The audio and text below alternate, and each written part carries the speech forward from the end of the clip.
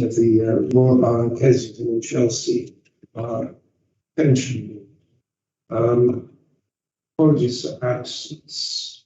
We have Andrew Almond. Apologies. Also, Councillor Spalding is joining us remotely, and I want to see if he can hear us. I am here, Chairman. I can just about hear you, Right. and I hope you can hear and see me.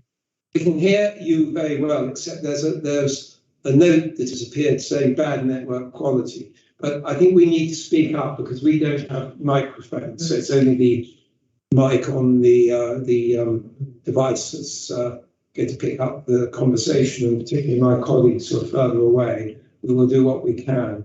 But well, thank you very much for joining us. And thank you.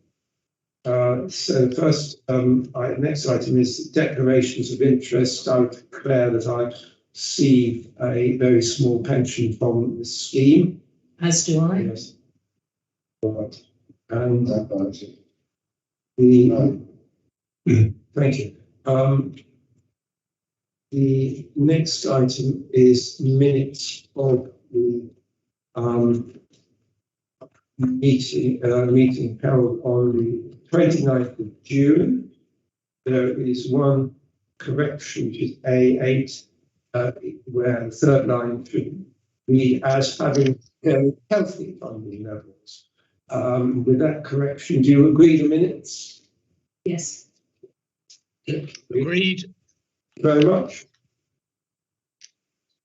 Now, so do we do the minutes of the Part B agenda now? Because I don't think there's anything very confidential in that. So, do you agree with the minutes of the Part B agenda? Yep. Right, so that's green. Yeah. Right. The next item is A4, which concerns the papers that are going to the investment committee, which is meeting tomorrow. Now, I haven't read them all because our role is not to micromanage the investment committee, but to pick up on sort of broader issues. And there was one, and I asked this to be circulated, which is a responsible investment statement, which are being asked to. Well, it is actually it is the first draft. It's being presented for information, so it's not being formally signed up. I wonder if Mr. Triggs could introduce and explain what it is and what the process is to finalise it. Yes, thank you, Chair. So this is the RBKC Pension Fund Responsible Investment Statement. The Pension Fund has not approved such a statement in the past. It's the first draft. Excuse me. Malcolm, can you hear this? Can you hear? You're muted. It's a bit broken up. I'm doing my best to listen. I've got the page with the investment asset summary in front of me. So this document flows from the investment strategy statement, which by regulation, the fund needs to set out its approach to environmental, social and governance factors within that strategy. And this responsible investment statement is an extension of the ESG policy, but nothing specific in the past. It was felt by officers and put as a suggestion to the committee that we draft a statement. It's very much a working draft at the moment. It's the first time that the committee will have seen it. We're expecting discussions and obviously feedback from this forum as well. So any ideas or members can come up with, we can take back and work on. I would suggest that on a 6-monthly basis we refresh this and keep it fluid and keep it updated. It's especially relevant with task board's climate disclosure requirements, which are in the pipeline. The government has not yet released any consultation for LGPS on disclosing climate change factors within our strategy. The Department of Work and Pensions has done for the private sector, but we will, at the moment, we do have sight of their consultation, their draft requirements. We're working on that as a basic minimum. I think the LGPS will add to those requirements when they finally consult, which probably could be next year. So with regard to this responsible investment statement,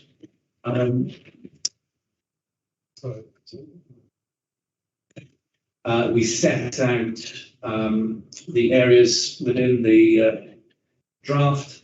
So it's how the fund approaches voting shares and engagement with its investee companies, how the fund deals with the factors to do with its directly owned property portfolio, and then we've set out risks, ESG case studies. We've look at specific examples within the pension funds managers, David Gifford, which sets out how we've engaged and how they've engaged with specific companies and setting out their positive influence that's resulted in constructive change. So as I say, Chair, this is very much up for discussion at the moment. We'd be very glad to take any feedback we have. Comments? I've got nothing at the present time. Malcolm, anything?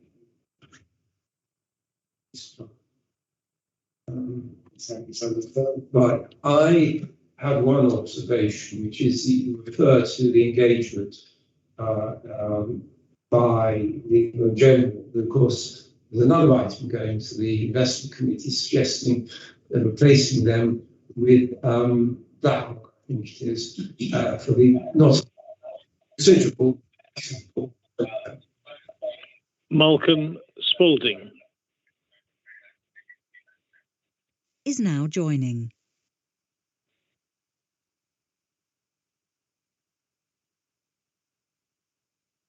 Is that because you're doing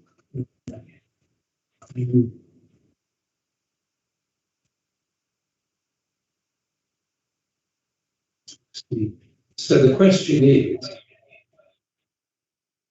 what is BlackRock? Policy on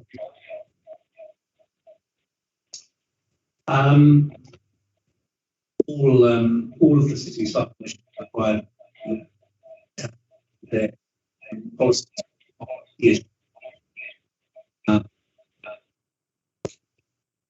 What we will do at your behest, Chair, is to make sure that in terms for the investment committee tomorrow night, I will anticipate that as a query and try and get together a briefing as to whether there is any distinction on ESG policies between BlackRock and Algin. I would say in terms of the blue chip investment management companies, they make sure they are 100% covered on all of these areas, which sets out their strategies and policies with regard to engaging with their investee companies and encouraging test behaviour such that the impact on the investment return is optimal. It's widely accepted that a very effective ESG policy can reap a premium on any investment yield within the portfolio.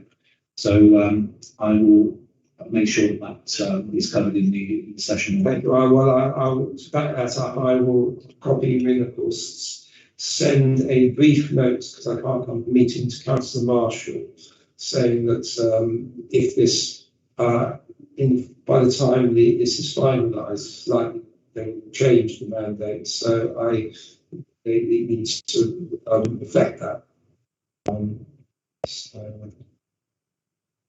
Okay, that was my comments on that.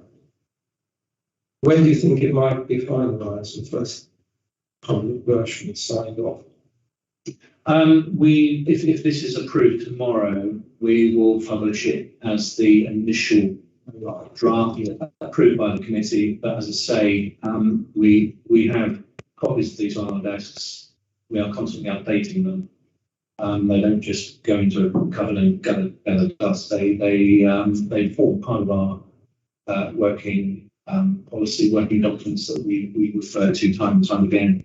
And when these changes are necessary, they get changed and get brought to these committees. Thank you very much. Right.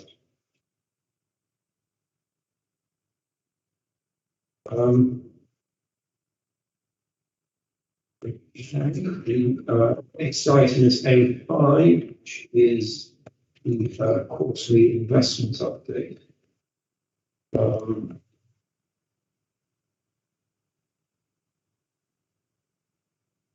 Thank you, Chair. I can take that one, if that's okay. Yes. Oh, thank you. Yes. Good afternoon, everybody. Hope everyone's okay today. So this is the quarterly investment update, and it's to provide the pension board with a sector breakdown of the investment assets at the 30th of June 2021. The investment assets, the investment analysis, in Appendix 1 provides details of the investment assets held by the fund, and there's a breakdown by fund manager detailing valuations at the 30th of June 2021, at the last quarter, which was the 31st of March 2021, and at the previous 12 months at the 30th of June 2020. So the asset allocation graphs compare the actual and target allocations by portfolio investment assets and also by fund manager. A sector breakdown of the investment assets is provided on the second page, and any sector investment less than 2% is included within other. At the last meeting, we spoke about the section 113 and the performance monitoring. So these are the 5 performance KPIs. We have the measured by in each of the columns and a brief update. So at the last valuation, the pension fund funding level was 125%. And the investment management costs under 0.5% of year. So we managed to meet that at 0.4% at the end of 31st of March 2021. Maintaining the asset allocations in line with the asset allocation strategy, and we have met that if we look in the appendix. All employer contributions have been paid up to date, and at the end of June 2021, there was 2.6 million in the pension fund bank account. So the board is invited to review and comment on the report or the attached analysis. Question, Julia, sorry. All of the assets have gone up between March and June, except for the CBRE Osiris Property Fund pooled, which has gone down by about a bit. Any particular reason? So the pooled property fund is currently winding down. So we, whilst they've been winding down, the other side of it is we have been getting the redemptions. So the capital repayments have been coming back through. So a lot of those have been going to fund. They've been sitting in our custodian's bank account pot, which is why you'll see the cash going up, and they will be used to fund the upcoming property purchases for the direct property portfolio. Okay, thank you.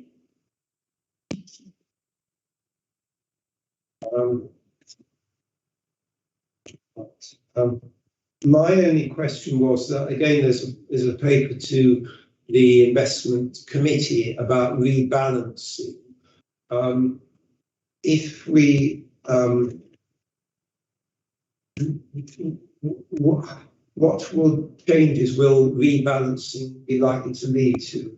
If you look at, say, the pie chart on page about the second page, which are going to get bigger and which are going to get smaller?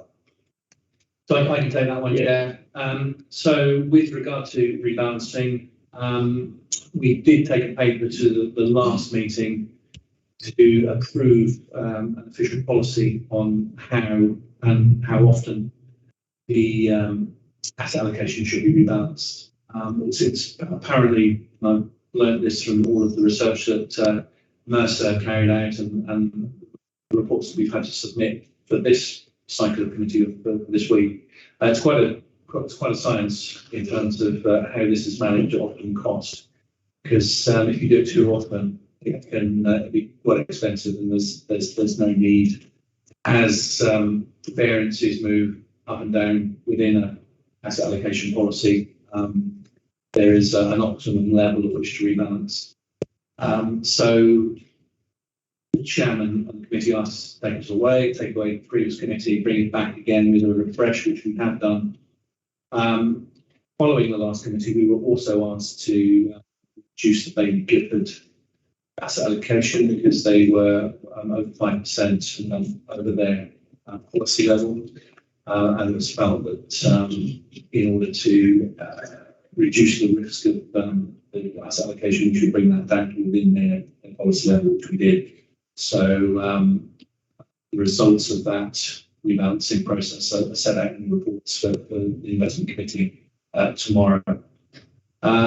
So where we stand currently is that with regard to the equities side asset allocation, we are within the policy limits, almost spot on, because this exercise was carried out very recently. So obviously market movements will vary that in the future, but as we stand currently, we stand within policy on equities. We are over with regard to cash, because the lion's share of that cash is set aside for future direct property acquisitions, and those are coming through the pipeline, but relatively slowly at the moment. And so at the moment, the only variance we have is within the cash allocation. Thank you. Any further questions? Right, so thank you very much. So the next paper is risk management. The lengthy appendix on managing risk in the federal government pension scheme. And it also, I think you're only presenting us with the more significant risks. Right. I think Julia will introduce that one. Right. Thank you, Chair. And that's correct. Yes, these are the most significant risks. So any risk that is identified as a rating 16 or above once mitigating actions have been put into place. So this is the Pension Fund Risk Register. So as a background, the Pension Board has oversight of the Risk Register along with the Investment Committee and pension fund officers.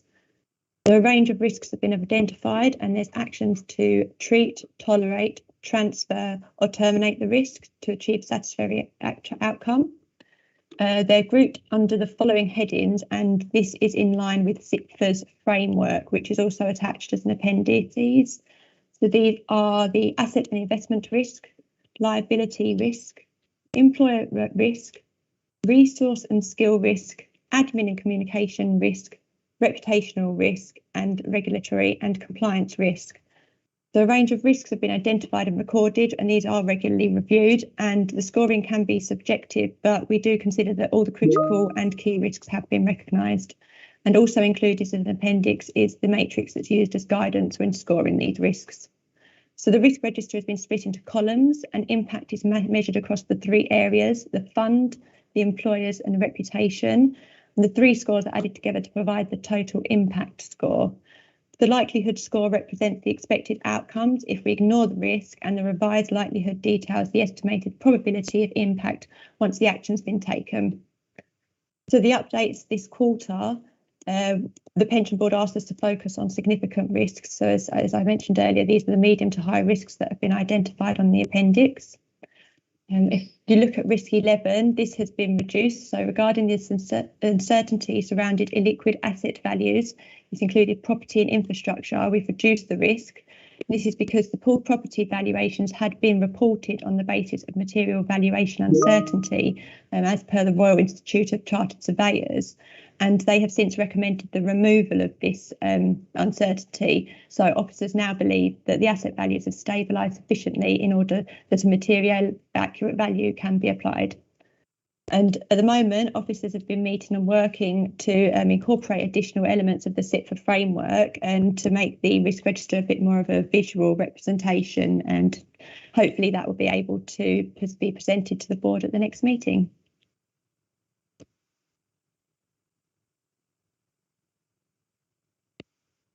Questions? Yes.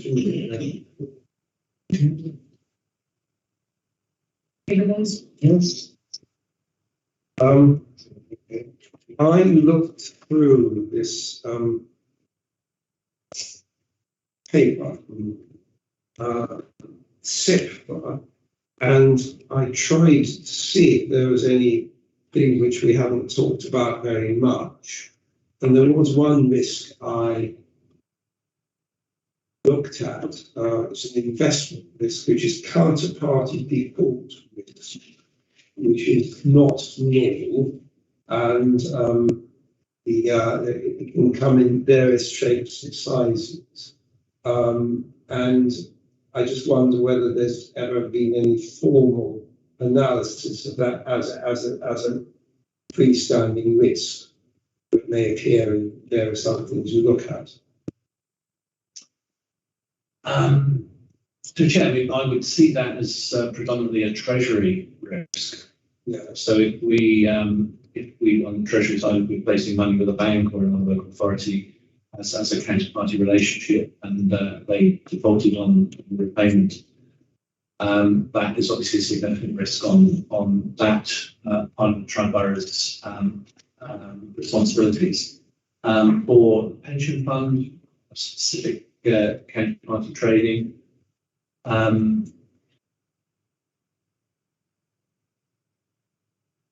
can't really, unless we place all of our cash surpluses, if there's surpluses on the custodian account or the pension fund bank account, we place those within money market funds usually, or a specific custodian bank account. So the risk of specific counterparty default doesn't really come up too much. I mean, I think in any securities transaction there is theoretically a counterparty risk. I guess it's more of concern if you're dealing with derivatives or over the counter, particularly over the counter derivatives and complex products rather than straight equity. Or a bond, trading gilts or corporate bonds, that would be a fund manager responsibility, because we don't trade in this directly from the pension. I could make sure that we devote a column to that. Yes, I just think bear in mind that I mean it might. I personally, I think it's going to be a real risk in some areas, but less in the sort of things that we do. What some investors get up to. Thank you. I think that was my only question. So we now come on to the pension administration. Thanks. The report, item A7, is just divided into 3 areas. Under section 2, achievements since 1st of April, when the service came back in-house. Section 3, which is, sorry, also in section 2, just looking at stats in terms of what we've been processing casework-wise since 1st of April. And in section 3, a list of known problems that we have to resolve and how we intend to resolve them. I'll just concentrate first of all briefly on section 2, achievements since 1st of April. This is really just designed to give members of the board an overview of what we have achieved since taking control. I'm sorry. So I've listed here the main issues under 2.1. First item is just the statutory pension increase, applies to all members, 13,000 members approximately from 12th of April. That went relatively smoothly in the end. Item 2 there is the just pension payroll. We continue to run pension payroll each month. By the end of 25th, 3,300 pensions continue to be paid on time. Member self-service, we've now got 600 more people registered with self-service since the last meeting of the pension board. So we have approximately 2,200 members who can now access that pension. We also are dealing with new pension claims within 10 working days of receipt. So these come in a variety of methods, some in the conventional post, some by email. But when we do receive new claims for pensions to be paid, they are paid, assessed and paid very quickly. So almost all claims are being paid in the same month that they receive, and some also like 5 working days funds paid. And that includes lump sum payments for people who have entitled to lump sums. Second page, at top of page 2, the year-end returns. So we did sort of 52 year-end returns from our employers, covering 3,800 members. They've all been assessed, records have been updated, and benefit statements have been issued to members. The starters and leavers for last financial year. When we took over from Surrey, there were 298 starters and 234 leavers from the previous financial year, 2020 to 21, that hadn't been processed. They've now been processed on the system, set up on their leaves as necessary. Point 7, the annual benefit statements. So since the last meeting, we've issued 9,000 benefit statements to active and deferred members. They've all been loaded onto self-service. They've probably been sent to members whose home address is still valid. 9.8, the annual allowance is still being assessed at the moment for all active members. The deadline to meet 6th of October. I'm expecting that we will meet that deadline. Like 21 who's due as a tax implication. Undecided leavers. We've talked quite a lot about this in the past. We're now down to 578 as at 17th of September. It's actually gone down as of today to about 546. So we're almost half of where we were, well, just over half of where we were in 21. So that number continues to decrease slightly with the aim of it as soon as we can. Those are the main achievements since April 1st. In terms of the kind of volumes of casework in paragraph 2.2, I've set out here just those cases that have been processed to conclusion. So we have 155 new starters who started the current financial year and been processed. 38 who exited their liabilities. These are transfers of refunds to individual members. Deferred member status for, there's only 8 of those. I'm expecting that number will increase considerably by the time of distancing. We've assessed and paid 80 new pensioners, 10 dependents, so these would be children, partners, or deceased members, and we processed 18 cases, so 309 total. It's fair to say that we are keeping on top of casework. It's challenging at times, but the payments and calculations are being done. New cases to be assessed. Brings me to section 3, which is known problems. So this is really an identification of where the state of play really in terms of accuracy of data in the system. So I've set out briefly for you what the issues are and how we intend to resolve that type of result. So the majority of these were issues inherited from Surrey or even Capita, those in Surrey. So I'll just run through them briefly. So our strict education year end data 2020 to 21 was mostly correct as far as wholesale pay is concerned, affecting about 240 members. So we are in the process of dialogue with strict education service 6 RBKC schools to try and get that information corrected. Undecided leavers, I've already spoken about those. The third point on the table, the missing care pay and hold on pay. we've identified 111 records where that information is missing. So we do have to go through each case to look at them and work out what the value should be and achieve that by January next year. Date of birth anomalies, these need to be resolved because obviously we can't send someone who's due to retire to birth. We've now obtained this information, so that I expect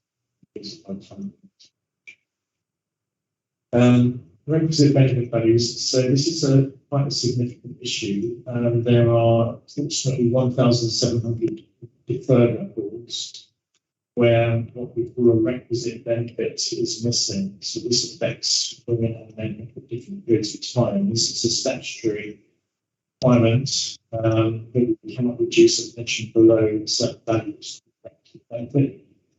So it affects the options for taking a lump sum as someone retires.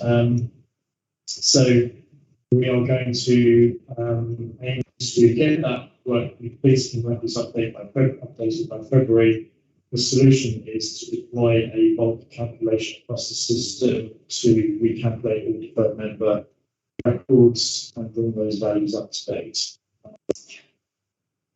The second of the item below that UPEN values is also connected. The UPEN value is missing from approximately 1,200 deferred member records. This value, which should be automatically calculated by the system if someone is not a deferred member, is used by the system to decide how much to reduce someone's pension by if they retire prior to that. So the fact that it's missing for 1,200 members means that we have to manually recalculate the members' record every time we have to go to retirement. Which takes twice as long to do as would normally be the case if the record does close. So again, the solution is to do a bulk calculation across the entire system, working with payment software suppliers to recalculate all deferred records affected by this problem and get to the point where the UPEN values are held on the record, so we know when we recalculate this to take that. Just at the bottom of page 3, we're going to bring down the pension. This has been a long-standing problem. I think it predates Surrey to some extent. This is where we have an unknown number of records. I don't know the exact number at this stage, but we think it's in the mid to high hundreds, 500-600 records at least, where a guaranteed minimum pension value is missing, and this in turn can affect the requisite benefit value. So the solution is to identify all members that are affected. I think that's going to take longer than some of the other items I've discussed, like earmarked June 2022 to get that work completed. We have to then go to the government's NI website to obtain the next GMP value and then check on the members' record for calculate benefits. It won't affect existing members who have pension paid, but it will mean further members potentially won't have any change in their pension. It shouldn't be too significant, but we don't know exactly at the moment until we see reports. Top of page 4, these are medium items in terms of priority. Some of them are easy to solve, some less so. Missing ABC contracts, so you've got 18 ABC contracts where members have had ABC deductions, but their contracts were set up in the pension system by Surrey. So we can't really run calculations properly for the members until that's sorted. Expecting to get that resolved by November this year. Address tracing, we've identified 814 members with no address, invalid address, police address system, which is home address. We do need to engage an address tracing agency to try and find the addresses, because it means that some of those people they haven't probably received any communications from us for many years basis. Some will be entitled to a frozen refund. We can't pay the refund unless we've got contact with the person. Some will have passed the date in which the pension is due for payment.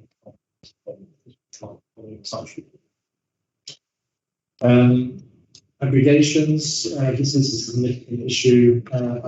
It is medium priority because it doesn't affect benefits at this stage, but it will do benefits.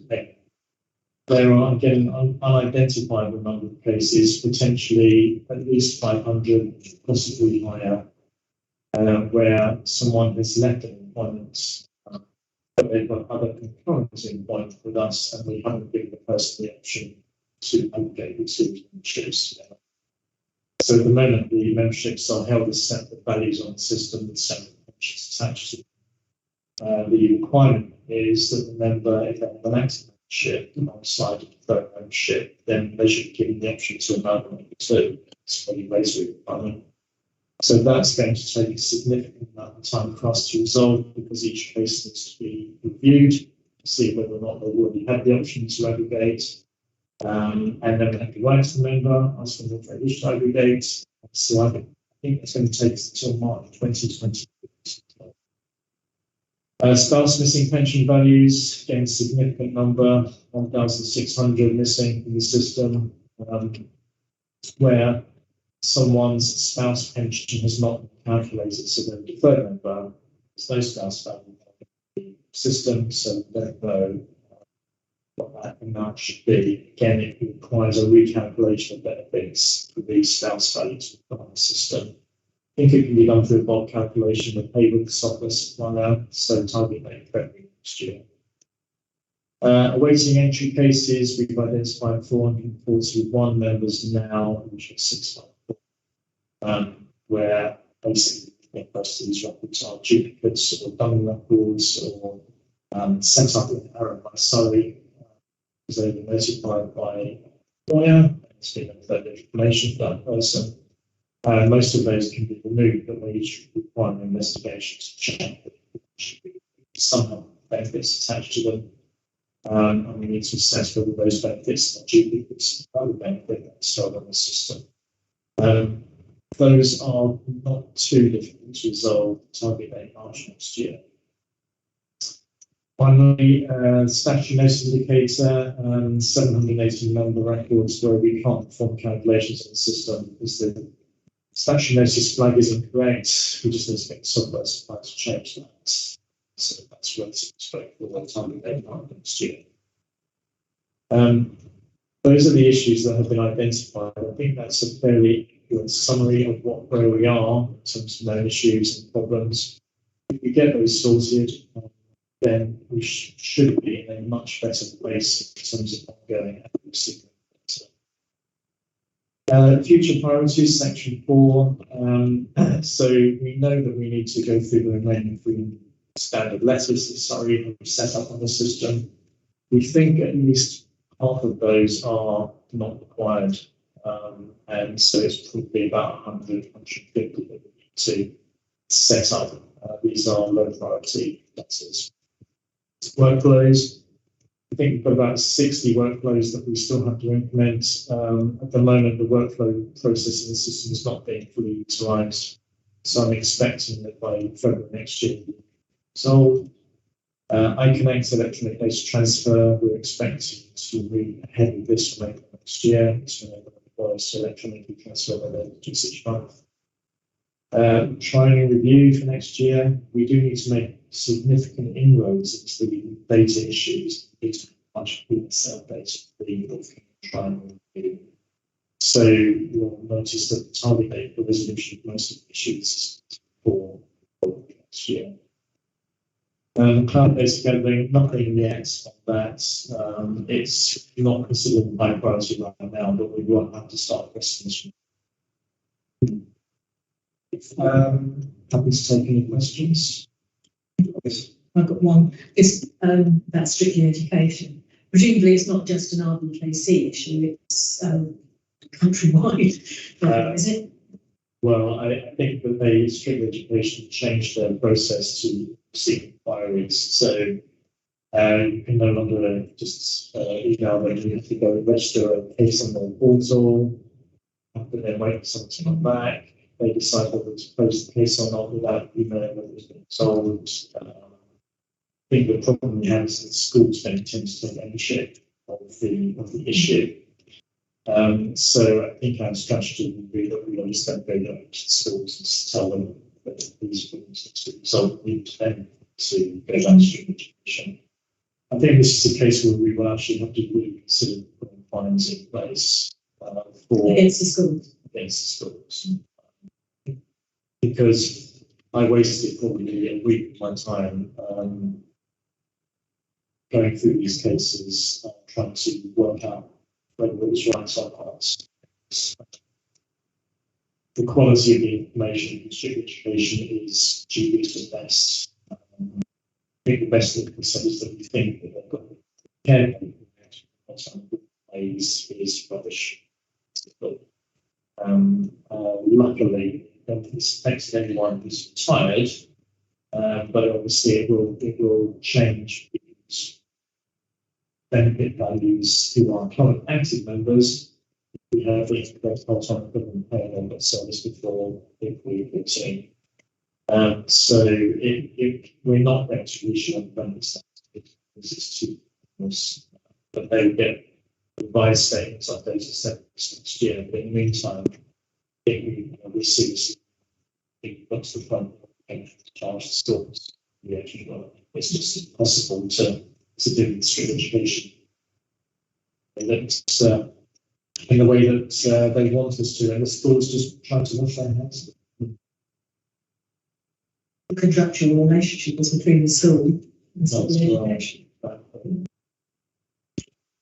I mean, reading through this and listening to your presentation, I began to wonder to what extent are these historic problems that you listed here due to failings by Surrey or failings by the employer specifically, whether it was the scheduled bodies. I mean, would I be right to assume that these, leaving aside the strictly education one, these cases relate disproportionately to scheduled bodies rather than the council itself? I wouldn't say so. I think unfortunately it's shared between all of the employers, including our EPC. Some of the problems like the requisite benefit values, the missing values, GMP values go back to capital types, sometimes. So I think it's partly maladministration on the part of previous pension providers, whether it's Surrey Capital, to some extent earlier. So mostly it seems to be some of the problems are mostly from the time capital seems to take control. So, I mean, for example, we've got most people's pension pay values since 2015, but on the PC, which happens to be the TSIC control of the payroll, and it looks as though there seems to have been a gap in the records where that information is held in one place in the system but not another. So I would say it's just poor management, poor pensions administration management, poor management of payroll providers, lack of controls in place to identify and resolve issues. And it's happened over a period of at least 10 years. So we're trying to put it right as quickly as possible. I think all of these problems are solvable. Some of them take longer than others. But you can spend a day in one place. Spend a day in one place recently. And I've started that's something like that as well. You can spend a whole day just in one place and even not resolve it. Because you have to go to payroll records, some of those get back to 90 or 80 something recently. But obtaining payroll records isn't possible in that period of time. So there are limits to what we can achieve, but most of the missing data we can get, most of the problems can be resolved, most of the errors can be rectified. As you can see from section 3, which I think is a accurate summary of the issues identified. So, I mean, good news is that we don't put benefits into payment unless we're satisfied that issues have been corrected. We'll stay missing on the data. So some of these things like missing benefits, missing values, missing GMP, make sure that those things are corrected before that is the time it takes to do that. You can spend twice or 3 times as long doing it. This is rather than just running a single count. It's much quicker if all the information is in the first place.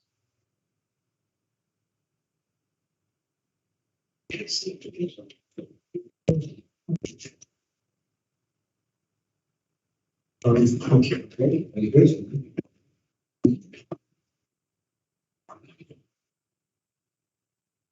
Thank you for the we got better by the end of current financial year. Yes, I mean, I will continue to give an update how we're going with these things. So you should start to see some of these falling as they are resolved in future meetings. In general, I'd say things are looking a lot more positive already compared to what we used to be presented with. Yes, I think they are. Yes, that just seems like it's a debate. Yes, I think we would not, it's obviously our decision, but we would support the principle of charging schools extra when they respond to this payment providers paying things.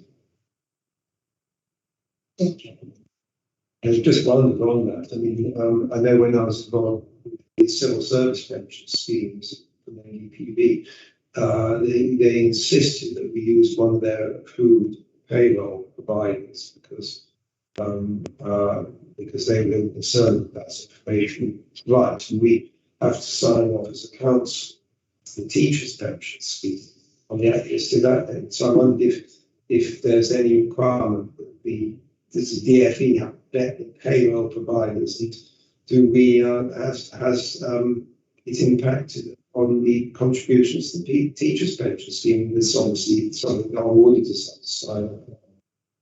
That's right. There's no requirement for approving payroll provider by DFE by the PS schools free to make their choice. That's been the case since the mid-90s, mid-1990s. The teachers' pensions contributions have to go through a big process with the appointed auditors. That side of things is handled by Hampshire Council, working with the schools' individual payroll providers. We have 8 different payroll providers for schools. So it is a bit of an administrative nightmare, should we say, for want of a better word, trying to coordinate the whole exercise. One of our team who does typically payroll providers daily and works with Phil's area to make sure that we've got the money coming in from the schools. He does have a lot of issues with some of the school payroll providers, particularly strict education, to make sure that the information is accurate every month and the payments match what they're saying hasn't been adopted. I think with teachers' pensions it's slightly easier because they have a requirement to submit information electronically each month for teachers' pensions. So we don't have that requirement. That's where the iConnect system comes in, to start introducing from next April. That will make the process easier to get information monthly rather than having to wait certain circumstances until the year before we go term. So I think using iConnect will actually enhance the efficiency and accuracy of the base, but it's not an immediate thing that we can make. It takes a while to actually get it for each individual.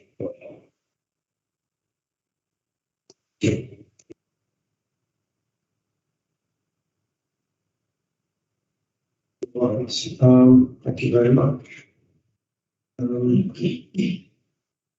Next item is property investment. Do you want to deal with this as a part B? Yes. Any other oral or written items which the chairman considers urgent? I do apologise, sorry, Michael, AA pension fund costs. Thank Right. you. Thank you. Yes, please go ahead. Thanks. Thank you, Chair. So just a bit of background to the report, that the local government pension scheme has been seeking to improve information on fees and has launched the Cost Transparency Initiative, which is hoping to facilitate better information on fees from our investment managers. It sought to encourage all managers to provide a fee breakdown on an approved standard template, and it assists officers in producing the annual statement of accounts and pension fund annual report.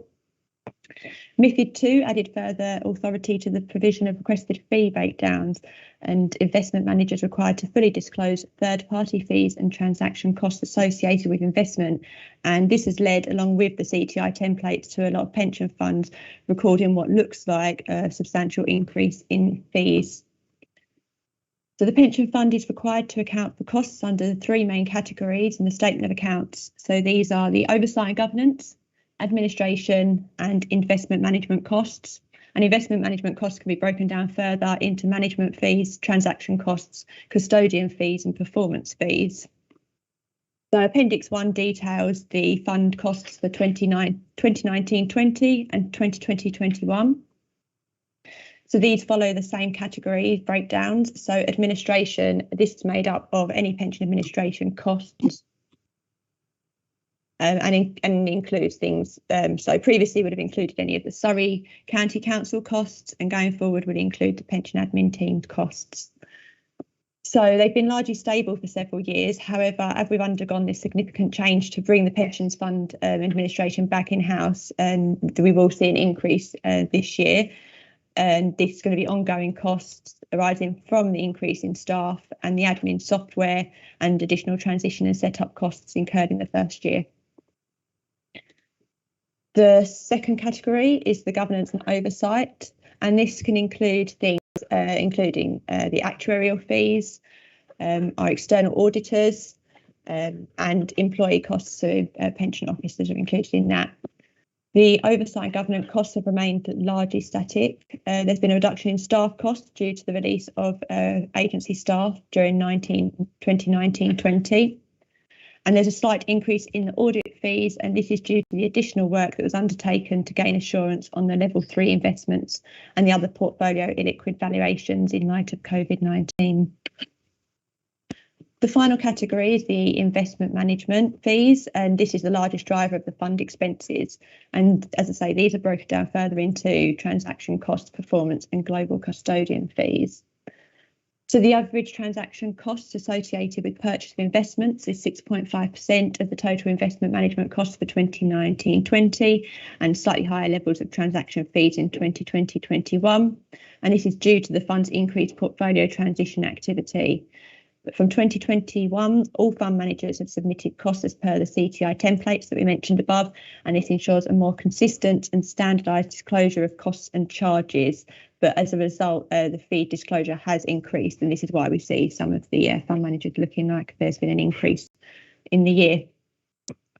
Where there has been decreases, so fund managers such as Longview and Purford, these have decreased because the fund divested during the year. The fund agreed a fixed fee with Baillie Gifford for management of the portfolio, and it's a fixed fee arrangement renewed in October 2020 and increased annually according to CPI. So after a phased approach to the new fixed fee, this is why we'll see a slight increase with this line. The pension fund is currently incurring significant one-off transaction costs in relation to the acquisition of the properties, and this will be an average of 5 to 6% of the value of the properties purchased. And as such, there will be significant costs in this area. The property transaction costs will not feature in this breakdown as per IAS 40, but they were included in the first year. So in 2019-20, that's why we'll see a cost of 1.6 million. These were included in the first year as the first property was purchased very close to year end. So the implementation, it wasn't practical for the first year. So going forward, the costs are capitalised as part of the purchase.